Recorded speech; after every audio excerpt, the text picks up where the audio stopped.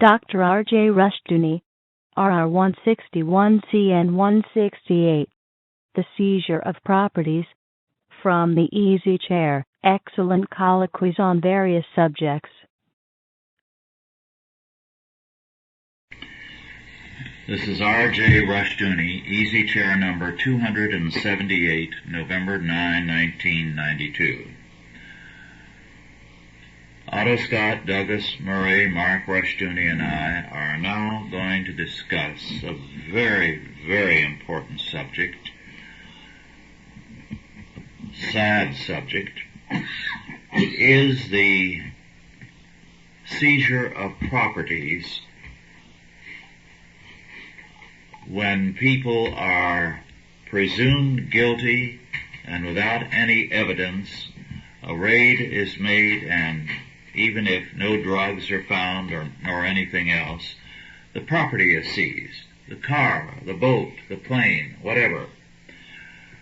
For example, there is a move now to make certain areas of West Texas a game refuge. And they are moving to seize these properties from the ranchers. Now, originally that area had hardly anything except rattlesnakes and field mice and that sort of thing. And the saying was some years ago from a West Texan that it wasn't a drought there unless it did not rain for 7 years. Well, a lot of ranchers moved in there, bought the land at incredibly low prices, put in ponds and reservoirs to retain all the water that might fall, put in pastures and so on, so that now there is more game in these ranching areas than over in eastern New Mexico, mountain country, which is a good game refuge. So they're trying to take this land away from the ranchers. And the ranchers are experiencing some real problems. For example, recently, one rancher was visited by the authorities who said they had an anonymous tip that he had shot an endangered kind of species of eagles. Well, how anyone could have seen him do that in that very isolated ranch, even with binoculars, because it was miles from any place, is ridiculous.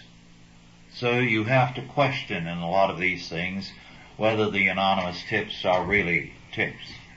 Of course, there was no evidence that he had done such a thing, and he had not done it. They seized his pickup. On the way back to town, miles from nowhere, they passed his wife and daughter coming back from town. They seized the family car, left the two women almost hysterical at the side of the road. They didn't know what was happening when these men stopped them with guns drawn and seized the vehicle. Now, West Texas ranchers are facing a concerted move to have their properties taken from them, and one way or another, sooner or later, they apparently intend to confiscate it. But much more common, and of course the IRS is doing this sort of thing, seizures, to collect what it claims is owed it. But much more common is a seizure by the drug enforcement people on the federal, state, county, and local levels. Early in October, a very wealthy, a multimillionaire inhabitant of Malibu was shot. His ranch was desired by one agency to extend a game refuge. Supposedly he was growing marijuana on his property, although none was found, or had it stored in his home. None was found. They broke into the house with guns drawn. The man, very hard of hearing, an older man, came down the stairs with his gun in hand, and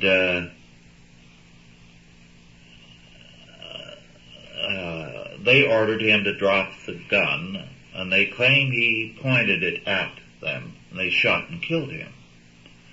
Now this man, Donald Scott, was not a nobody. He was prominent in the Hollywood community. Clint Eastwood was a good friend of his, so something is being done by this. By the way, Scott was partially blind. He had just had a cataract operation and could not see.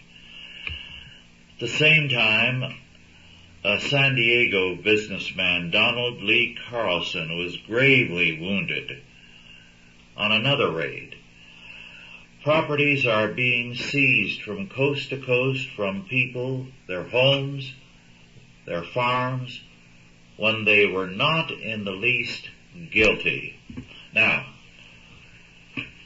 we were discussing in the past Easy Chair the election. Well, I think this is an important part of the reason why the Republican Party lost, because it was under the Reagan administration that this power to seize under any circumstances was passed, and it has been steadily expanded so that it has been the Republican Party that has been guilty in this respect. Moreover, at present there have been hearings in Washington, D.C. by Congressman John Conyers, a black, a very liberal congressman, and he's been fought tooth and nail on these hearings by the Justice Department and the Bush administration. Now, Conyers has been intensely interested because not only are very wealthy whites having their property seized, but a great many minority peoples, especially blacks. And a great many grandparents who've taken in a grandson, say 12 or 14 years old, who's been in trouble and are now trying to help him, on the grounds that this boy has been involved in the past in drugs. They have come in, examined the house, and seized it, even if drugs are not in the premises, and the people have lost their homes. This points clearly to what you have said about the danger of a dictatorship. We are having it in this type of seizure. Your article in the Chalcedon Report, by the way, was Xeroxed in quantities by the California State Assemblyman, David Knowles, and passed around to some of his colleagues. And we might get some action on the California level. And hopefully, with Conyers' work, and if Clinton gives any support to Conyers, on the federal level. But this is a very, very grim and dangerous fact. Anonymous tips.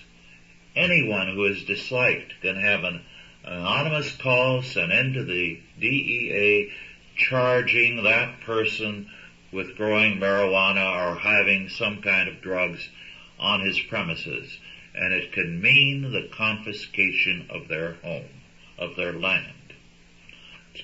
Yeah, the drug war is becoming, the people involved in prosecuting it has become the American version of the KGB. Yes. As they operate very much the same. I'm going to throw a note of levity. When you said it's dry in West Texas, I knew a guy in West Texas who had a pet frog that was 12 years old and didn't know how to swim. It was so dry. Perhaps you ought to tell people about how in every major community and every county there are large yards of seized properties. Well, the thing that always troubles me is I see these people, they're all driving around in new cars, and they're not fleet cars. And they say, well, we have to have undercover vehicles, but it always winds up being somebody else's car. They don't go out and buy them. And I think they kind of like that. It gives him a sense of satisfaction to confiscate these vehicles. But the network of information the loop is closing very tightly. Computerization has linked databases at all levels of government together, so that if they stop you on the street for a traffic citation, now they have video displays in the patrol vehicle, and they can bring up your assets, where they're located, the numbers of your bank accounts, your address.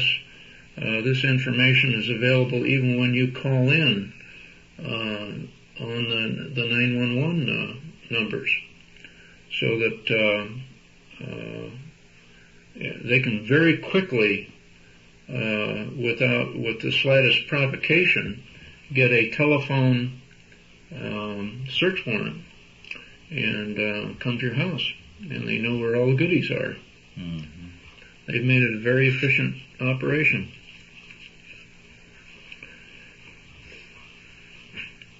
Well, the interesting part of all this, it takes us back 400 years.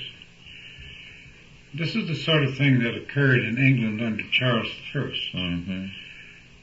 And if the authorities didn't like somebody that was operating a little inn with a bar, they could just come in and take the whole thing away.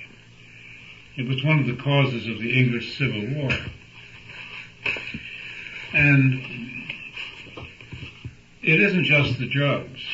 It's the fish and game people, and it's also the sheriffs, and it's also the city police and the highway patrol. All there are, and it isn't a suspicion of drugs alone. It could be selling liquor to Indians. It can be fraud. It can be several different offenses because it's escalated beyond the drug scene altogether. And the most amazing thing about it is that there is no charge, there is no arrest, there is no trial, and there is no conviction. I took the material from the Pittsburgh Press that you have in front of you. Yes.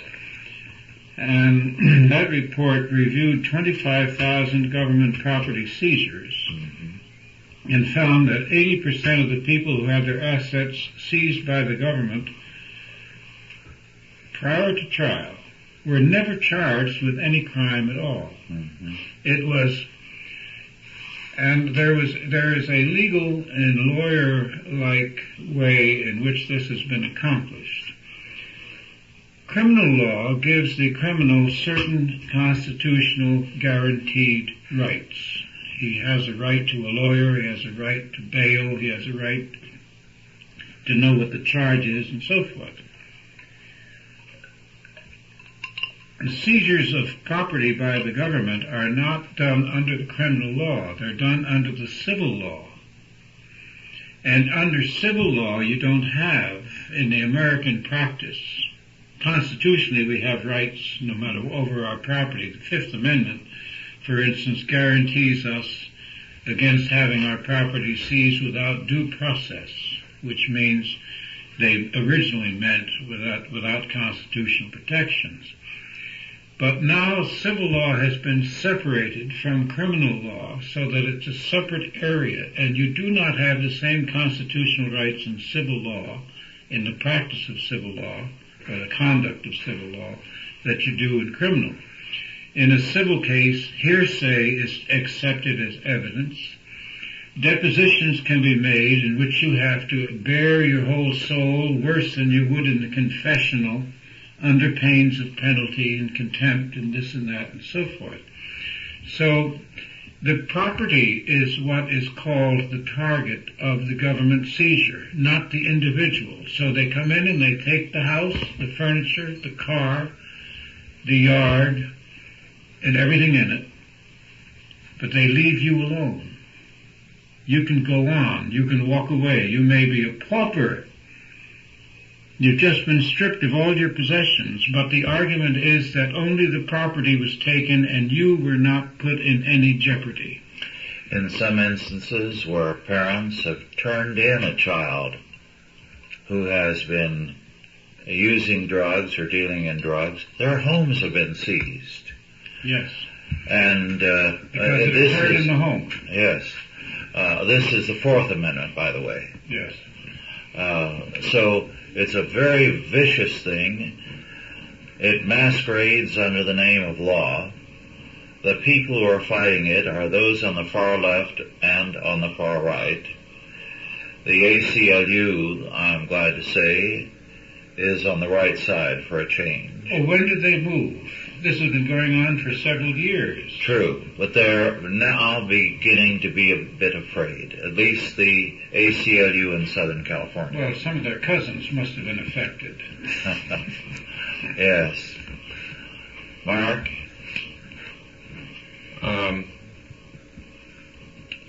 A thought just escaped me that I was going to say. Go on, I'll think of it. Yes. Well, I feel that the major threat to our future is precisely in this sphere. And I do believe this is a major reason why the Republican Party was repudiated. I'm not sure that most people are aware of this because I think 60 Minutes put a program on about it. Yes, and so did Inside Edition. But generally speaking, the press has pretended it isn't occurring. Well, the Pittsburgh press carried it, and lately... I know that. I cite yes. that. And a number of other newspapers, let me add, have done so. The Scott case in Southern California, the multimillionaire, has been picked up by the media and has been in the press for a month now. Well, he's a prominent man. Yes. He was a prominent man. He was a friend of the proper people in the film industry, and he was in a very fashionable area. Most of the people who have been subjected to this sort of treatment have been, as you would expect, minorities, relatively poor people, whom the police have suddenly discovered by accident, sometimes by design, to have a few $1,000s in cash, and they immediately assume, as the IRS assumes, that what you have in your bank deposit box was illegally obtained. There's a little envy thing working in the subtle envy thing working in the media, though. On television, which minorities tend to watch more than they read newspapers, you see dramatic depictions of white criminals going to jail, and it's the reverse in the newspapers. You have people coming out very plainly now and saying, this is not about drug seizure any longer, it is about asset seizure. That's a good sign. I feel that the people are beginning to wake up to it. About 50 million people were exposed to it on just those two television programs. Well, so it's beginning to be well known. Let me go back for a minute, pardon me, Doug, to the Weimar Republic.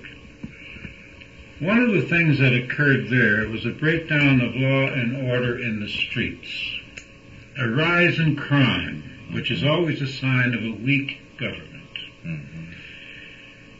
And as the crime escalated and as the political divisions within the country became more severe, as they are becoming here, we talked earlier about a cultural war, the hatred that I see and hear on the radio and television and even personal contact, the hatred that liberals radiate toward anybody that has a traditional position is really frightening.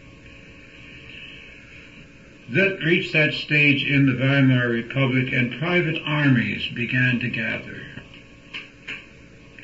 And the police began to hold themselves aloof from the action. They didn't interfere, because if they did bring in the wrong people before the wrong judge, the judge would let them go. A Nazi sympathizer judge would let the Nazis go. A communist sympathizer judge would let the communists go. So the policeman had to figure out who he could arrest. And the easiest thing was not to arrest anybody, let them fight it out.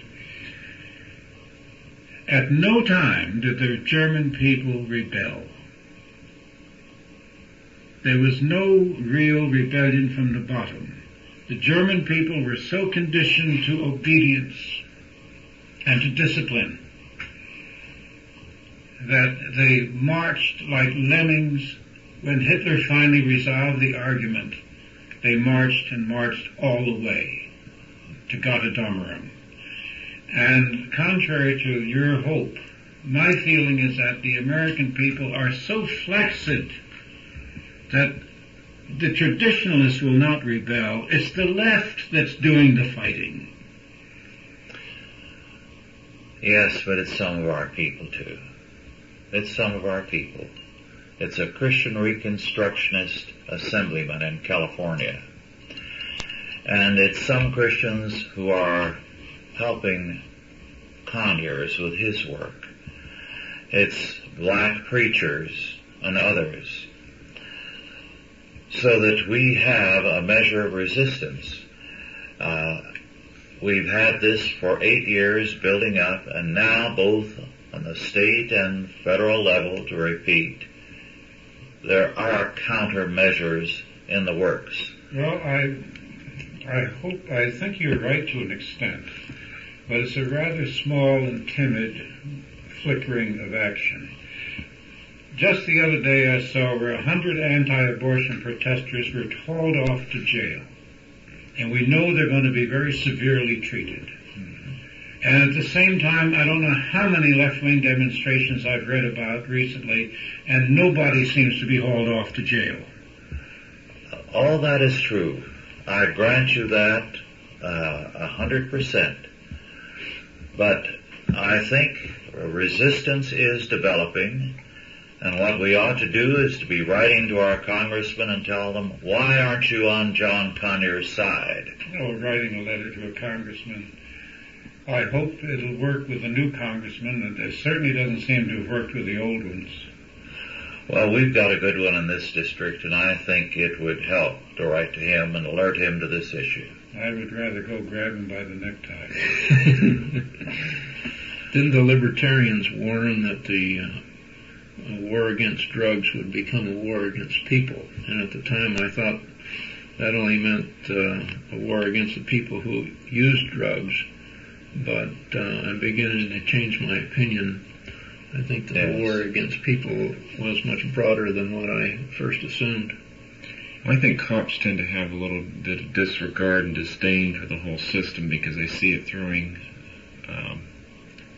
criminals back out on the street. And I think they fell for this because it seemed to them a way we can get these guys and nothing's going to stand in our way. We can get them where it hurts and we can confiscate their property. And at least initially there was certainly no opposition to it. People thought, oh, well, that makes sense. Take what they bought with the drug money, but it's gone a lot farther than that. And so far I haven't noticed too many people standing up. They're really pawns in the situation, you know. But they get a lot of money from drug enforcement agencies, the local ones. They get a lot of the revenue from what they seize. Yeah, but they're being driven ahead of this broad movement of getting power. You know, the government increasing its hold over public lands, getting what it's furthering its agenda of the acquisition of properties for the so-called propagation of wild species and protection of endangered species by confiscation of private property. If they can't get, I mean, they used to buy groves of trees because they were afraid. Now they just take the property. Well, I see these television programs. I don't watch them. Because believe it or not, I don't like exhibitions of sadism. And it always upsets me. but I see flashes of these programs, COPS and other programs, in which they're built up like Green Berets. They're in camouflage uniforms. They've got heavy guns and everything else. They creep up on the house. They break the door down. They throw people down on their face. And this is being flashed as though these are our heroes. Well, it's a warning. I see it as a warning, just like the Weaver thing, where 500 FBI agents went in to take, a family of 3 or 4 people. I mean, it's ludicrous. No crime. But it's a warning. It's an object lesson for everybody else to take into account. It creates that element of fear in your mind that you're not going to get any constitutional rights should it become your turn. If you happen to get hung up in the machinery, you're going to get ground to dust just like they were. Well, then now we're talking about tyranny American style. It's being used. I think the leading instrument is the computer.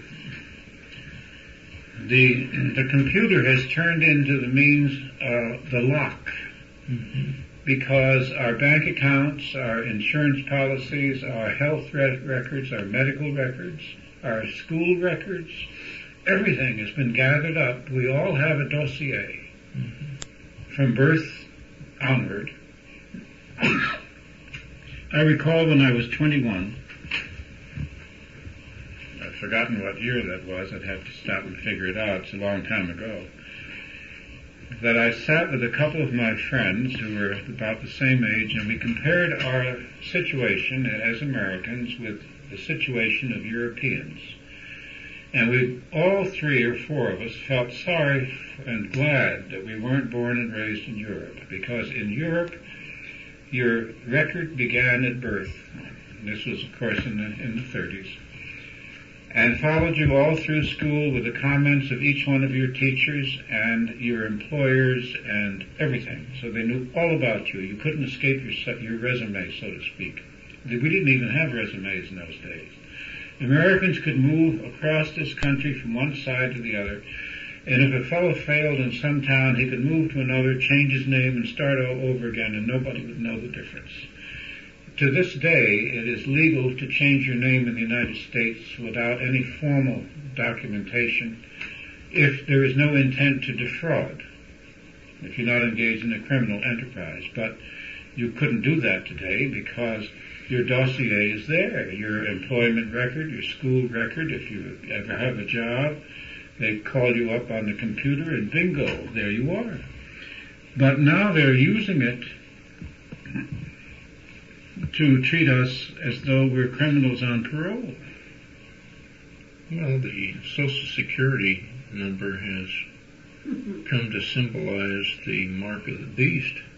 Well, this is what Revelation spoke about. And they put that mark on at a very early age. What is it? As soon as you're born. It used to be. Now it is, yes. When I was a kid, it was you didn't get one until you were 14 years old. I got a work permit when I was 14 years old and had to get a Social Security card. But now it's at birth.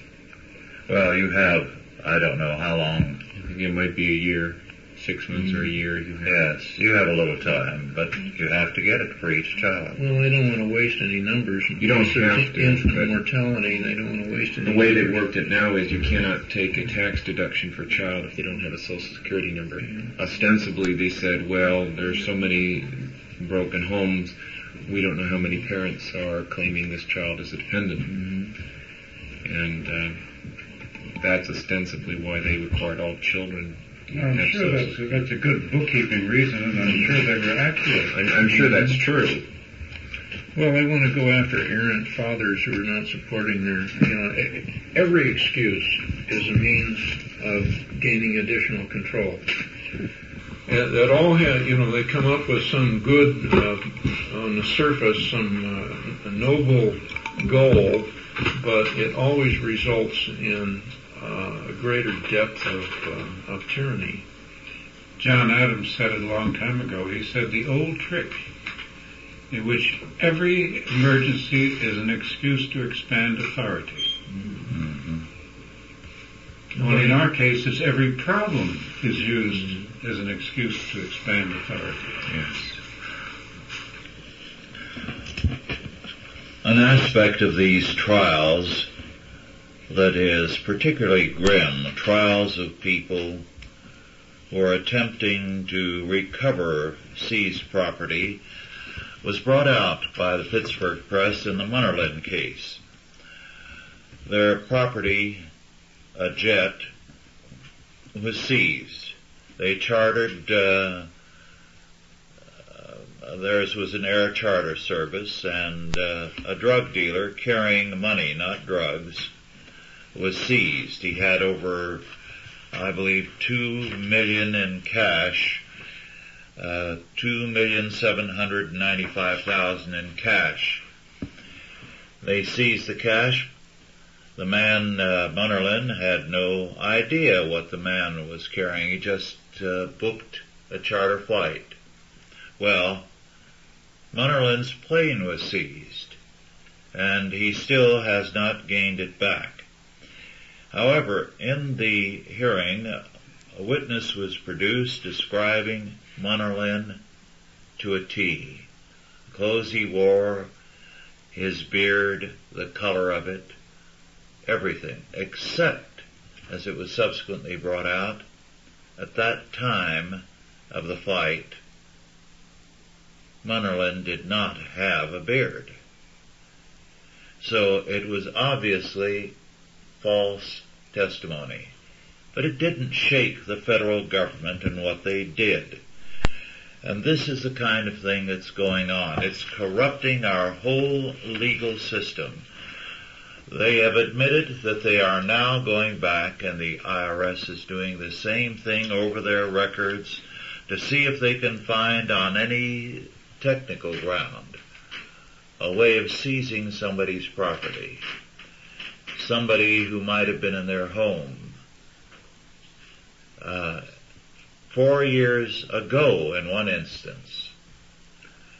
Anything to increase the take, because we have a greedy and powerful federal government.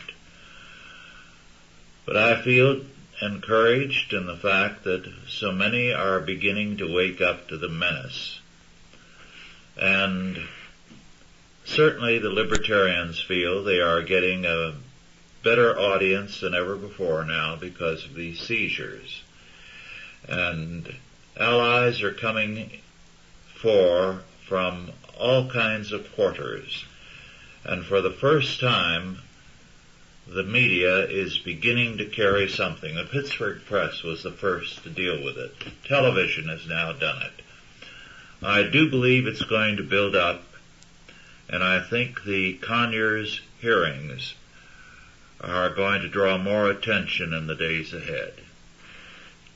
The thing that bothers me is that I don't see any indignation or disgust over these actions, particularly in the case of this man Scott that you cited in Southern California. You don't see any indignation or disgust in the press and editorials. Nothing that I have read indicates that they think that there's anything wrong with this. Well, they've had some excellent articles, news reports ostensibly, that have called attention to a number of key things, and they've had the federal and, in this case, the Los Angeles County authorities on the defensive. And they're acting as though they have no right to make the charges that they are making, that to impugn the motives of law enforcement authorities is a terrible thing. But it's being done. This has created quite a ruckus in Los Angeles. The fact that from October the 2nd to the 1st of November, it's still in the press, means that something is building up. Well, eventually they'd hang themselves or shoot themselves in the foot by going after someone who's prominent, someone who's got the money to fight it, to to make a lot of noise. I just wonder how many thousands of little people have been ground to dust, and whose screams of pain will be lost in the silence of no one knowing about it. According to the Pittsburgh Press, and that's a couple of years old, there were 25,000 of them. But I think there's some other developments that come in this area. The Metzger case. Metzger was obviously a white supremacist or whatever, and a racist, and was a leader in that particular movement. And several hundred miles away from Metzger, somebody committed a crime. I'm rather vague on the details now, but I believe it was a murder or a beating or something of that sort. And the individual had material that Metzger had written and published. And Metzger was charged with the crime, with having inspired the crime by his writings, and found guilty, and his property was confiscated. Now, I wonder if they're going to do the same thing with Sister Souljah. Well, they could. If they were consistent, they could. But what this means, and I believe this was a federal case, and I believe that the decision was handed down in the federal court. There was another case of a similar nature that came up about the same time, in which a printer who had printed a paperback book was arrested, put on trial for the contents of the book, and fined. I don't know any more about it than that, but this was one of those little blips that pass your attention, and the flag goes up and you remember it. So what I'm saying now is that not simply open and pure confiscations of people who are then stripped of their ability to protest in court successfully, but I think we can expect some intellectual tyrannies to come in. I think that conservative foundations, for instance, will have a harder time in the future than they had under the Republicans. And I think that newsletter writers may very well come up for particular examination. This is a periodic thing. Every so often the SEC wants to crack down on people who are talking about stocks and bonds without having a license or whatever. And people who write dissenting views of any sort, like myself, can expect, I think, to find a changed atmosphere in the days to come. And you brought up Souljah, and it's a good thing. This will only be against the right and against tradition. It will not affect the left, because the left is in favor of unlimited authority to suppress all dissent. So we'll have a double standard of justice. Yes, we have anyway. All that is true, and a lot more. But it is, I think, interesting, as I said, the TV coverage reached so great an audience. The Pittsburgh Press series of articles began in February of '91, as you said, almost 2 years ago. Right. And it was later in the year, in August, put out in this large format. It has been selling steadily to this day. Well, yes, I wrote an essay on it. But before you did, it was selling. Sure, and I repeated what they were selling. Yes.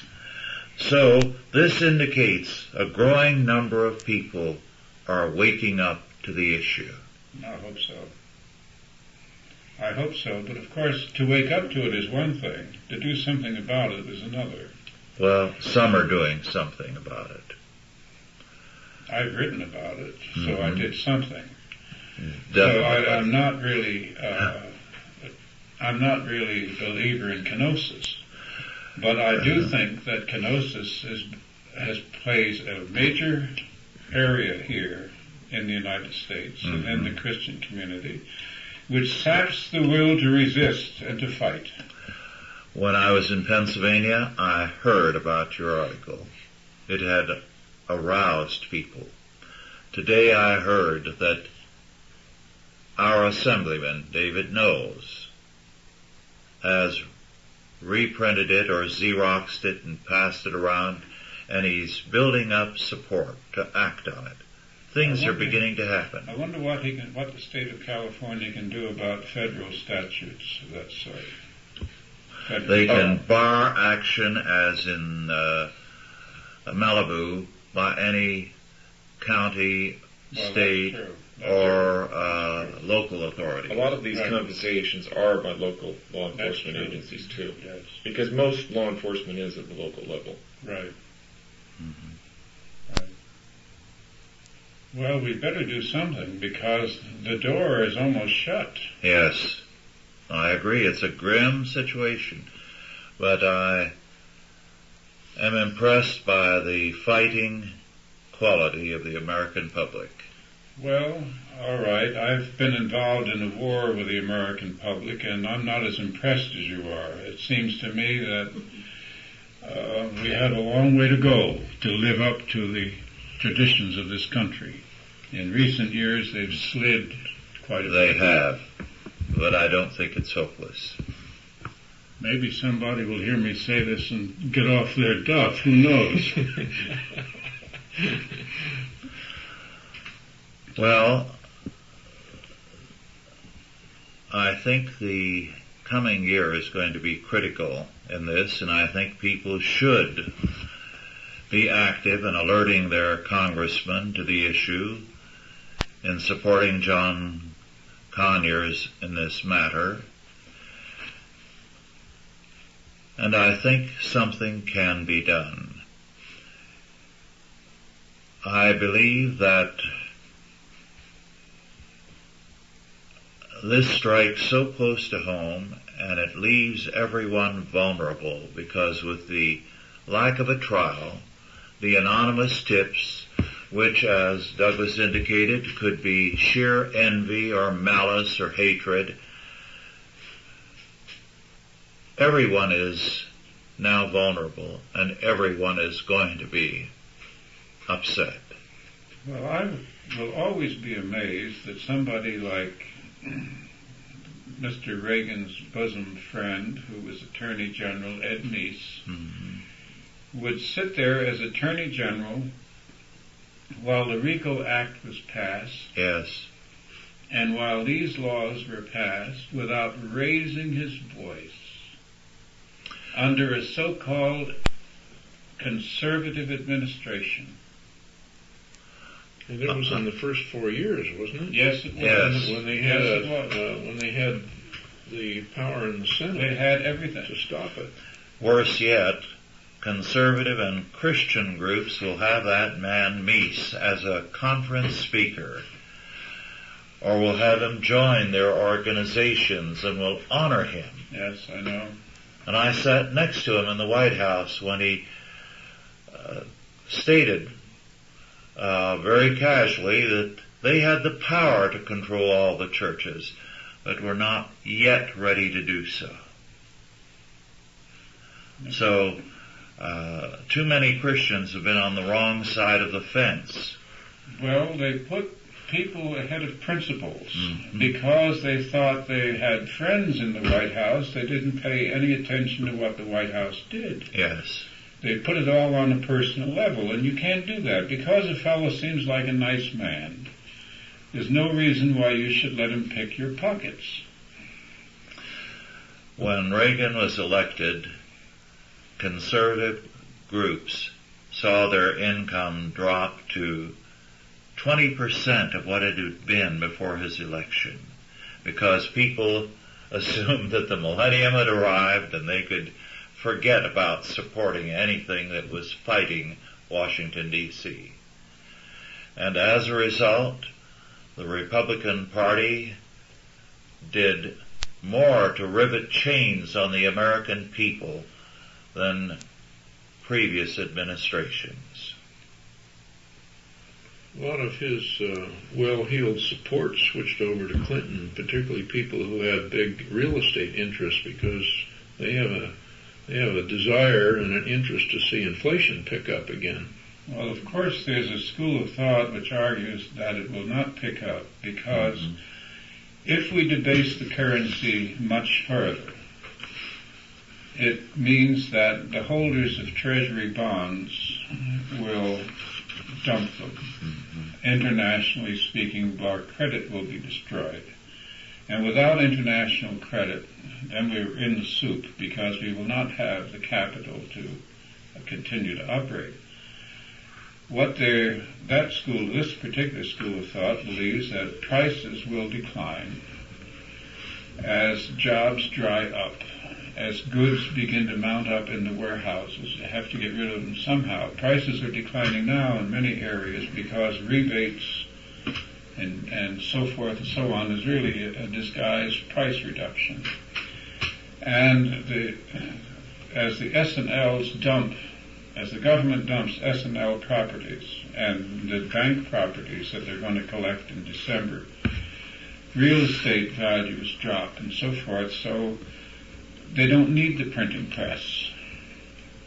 The printing press will not help them out of that situation.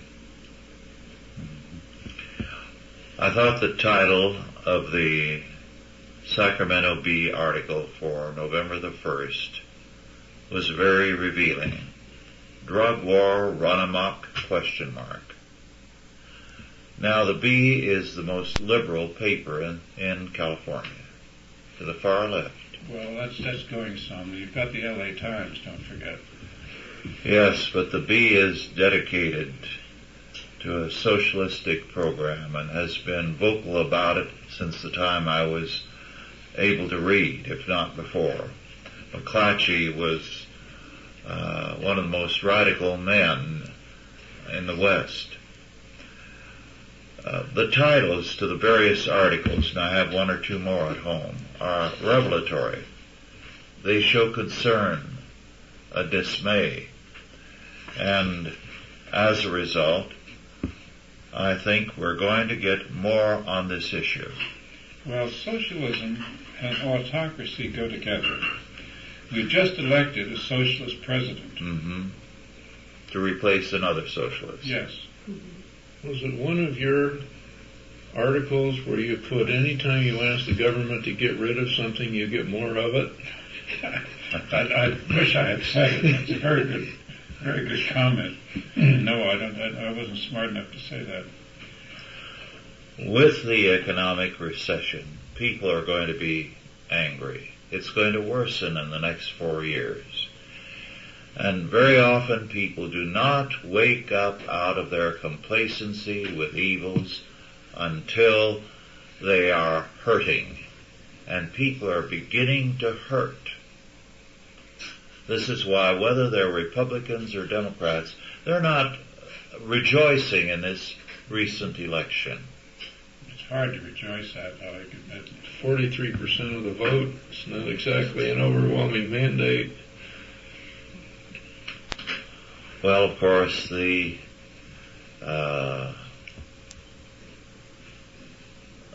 papers, at least one as I recall it, that we received, hailed it as a mandate. Oh, yes. Well, they're very funny on that. When Reagan got 49 states, they said it wasn't a mandate. One thing that they're like Emerson. Consistency is a hobgoblin for a foolish mind. You know, they're not consistent. Well, this country has endured Emerson, and it can endure Clinton and survive. Well, the people always survive. The people outlast governments. That's true.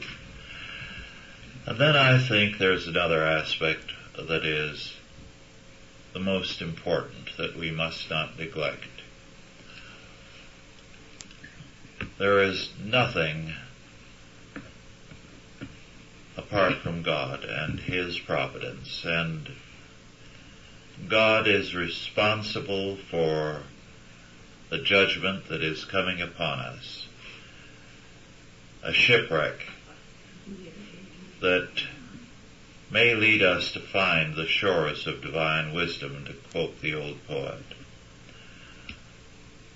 The whole world is moving into an era of economic shipwreck and all kinds of other shipwrecks. And it's going to sweep away the old order. The Romans in the last days of Rome still could not believe, nor the emperors doubt, that they had total power and all was going to go well. And yet it suddenly collapsed, because no one felt Rome was worth fighting for.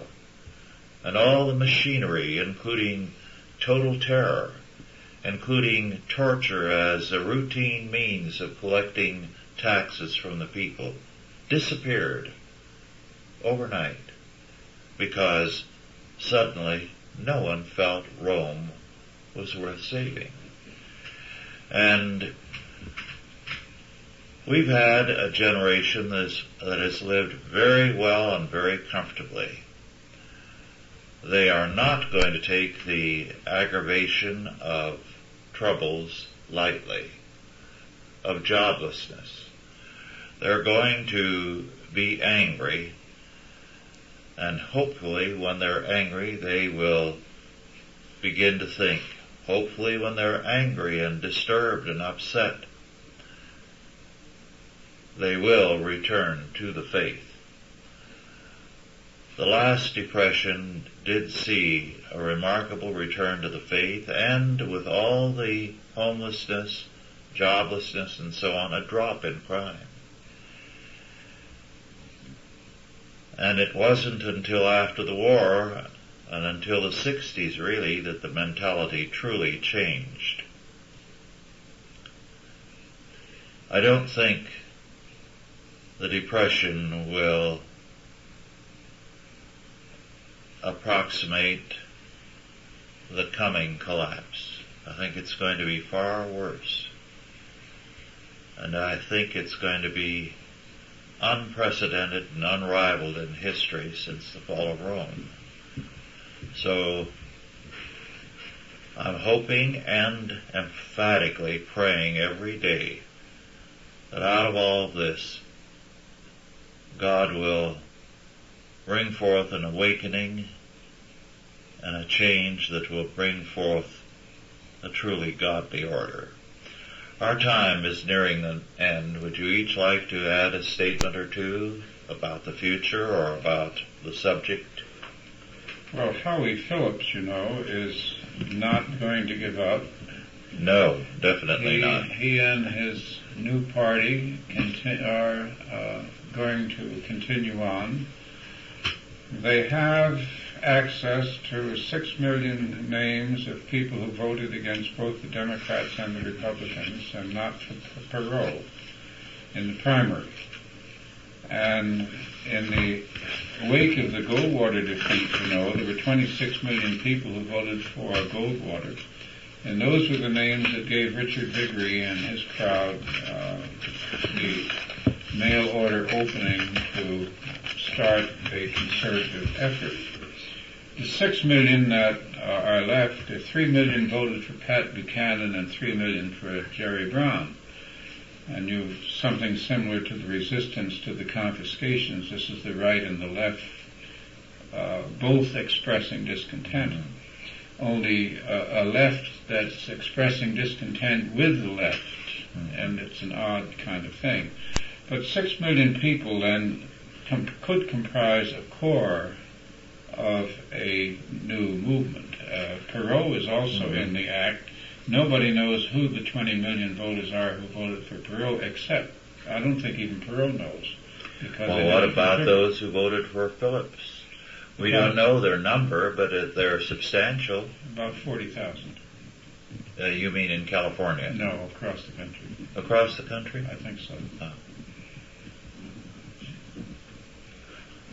Mark, Douglas, would you like to say something? Well, it occurred to me while we were discussing the property forfeitures. Jennifer Flowers had accused Clinton of growing marijuana We might be rid of him. Well, maybe we can make an anonymous tip about something growing in the flowers at the White House.